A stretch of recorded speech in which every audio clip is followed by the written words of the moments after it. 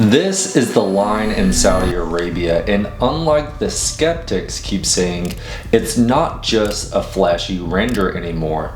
It's under construction and the progress is moving extremely fast. Everyone knows this is the biggest and most expensive giga project happening in the world right now.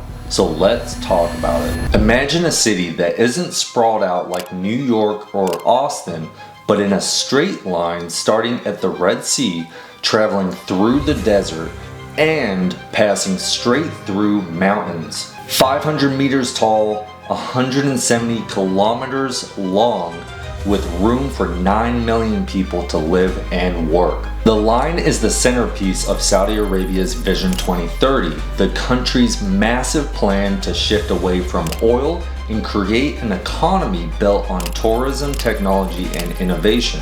Instead of cars, highways, and endless land being swallowed up by cookie-cutter houses, this city is designed so that everything you need, work, schools, parks, groceries, restaurants, is within a 5-minute walk.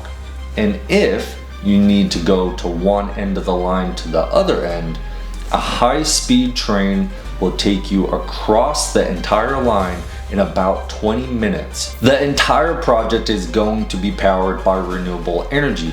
That means no cars, no smog, no endless traffic jams. Why did MBS choose a line? Well, building vertically creates a narrow footprint. About 95% of the surrounding land stays completely untouched. If they accomplish this, it will completely redefine how we build cities. So what's actually happening on the ground right now? Recent drone and satellite footage shows massive trenches being dug across the desert. We're talking fleets of trucks, piling machines, staging areas, and even worker housing that looks like entire small cities by themselves. The foundations of the line are being laid out in sections called modules. The first one is the hidden marina, a 2.5 kilometer stretch of the line that eventually will have places to live, hotels, retail stores, and schools for around 300,000 people. Now let's break down how this actually gets built,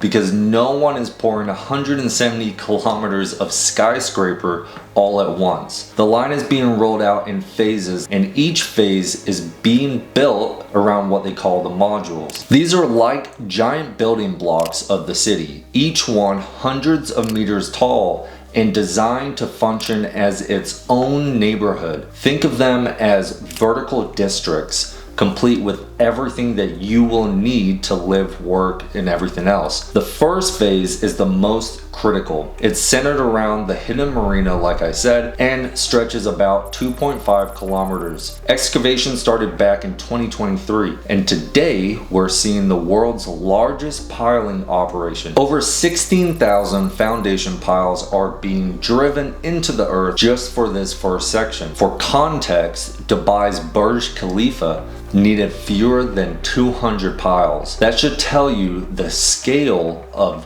what's going on right now. The first section alone is like building 2 rows of 40 World Trade Centers side by side. This section alone includes 3 massive modules, modules 45, 46, and 47. Module 46 is the most advanced right now, because it's not just residential, it's where the marina cuts straight through the structure, creating a man-made waterway, and one of the most jaw-dropping pieces of this first phase is the knwo Stadium. Imagine watching a World Cup match 350 meters in the air inside a structure taller than most skyscrapers on Earth.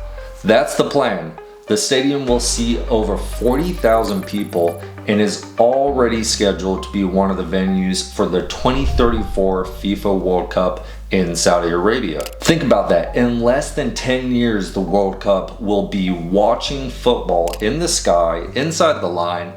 That's a serious deadline, and everything is on the line to complete it by that date. The timeline for phase 1 is ambitious but realistic. Excavation began back in 2023, like I said. Piling work kicked off in 2024, and as of 2025, they're installing over 100 piles per week.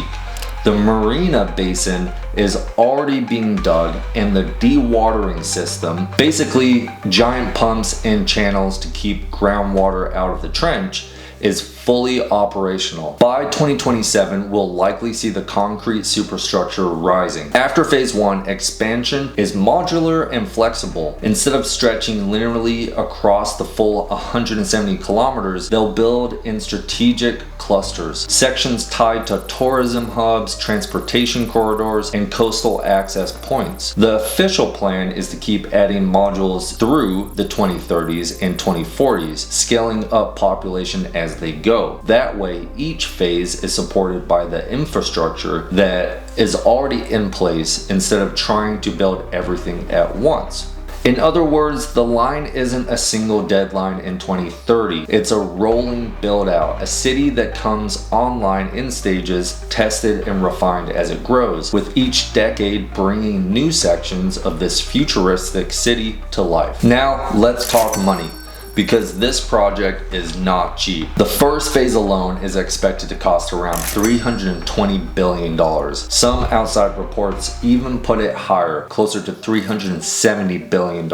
And depending on how far the full line is built, estimates range all the way into the trillion. To put that in perspective, this is on a scale that we've never seen before. But here's what's important. They've already invested in concrete plants on site capable of producing 20,000 cubic meters of concrete every single day. They've brought in world-class architects like Gensler and Delegan, I don't know, I'm probably saying that weird, and engineering firms like Mott MacDonald to make sure the design is possible. When you envision the most insane project the world has ever seen, you need to have the best of the best working to make it happen. And so far, Saudi Arabia has accomplished assembling the best team in the world. Why does all of this matter, and why would you care? It's because the line isn't just about Saudi Arabia. It's about creating a brand new model of city living. Walkable, clean, efficient, a place where 9 million people could live without cars, having everything nearby, and decrease the environmental costs of a traditional city. Even if they only build the first 2 or 3 kilometers, that's still one of the boldest urban experiments in history. And if it succeeds, the line could inspire new cities around the world to think differently about how we live and how we build. So here's the reality. The line is happening, the trenches are dug, the piles are going in, and the world's eyes are on this stretch of desert in Saudi Arabia. It's bold, it's ambitious, and it's unlike anything we've ever attempted before in mankind. It's expensive, and yes, it's going to be extremely challenging, but for Saudi Arabia, this is about more than money. It's about leading the future, setting a new standard, and showing what's possible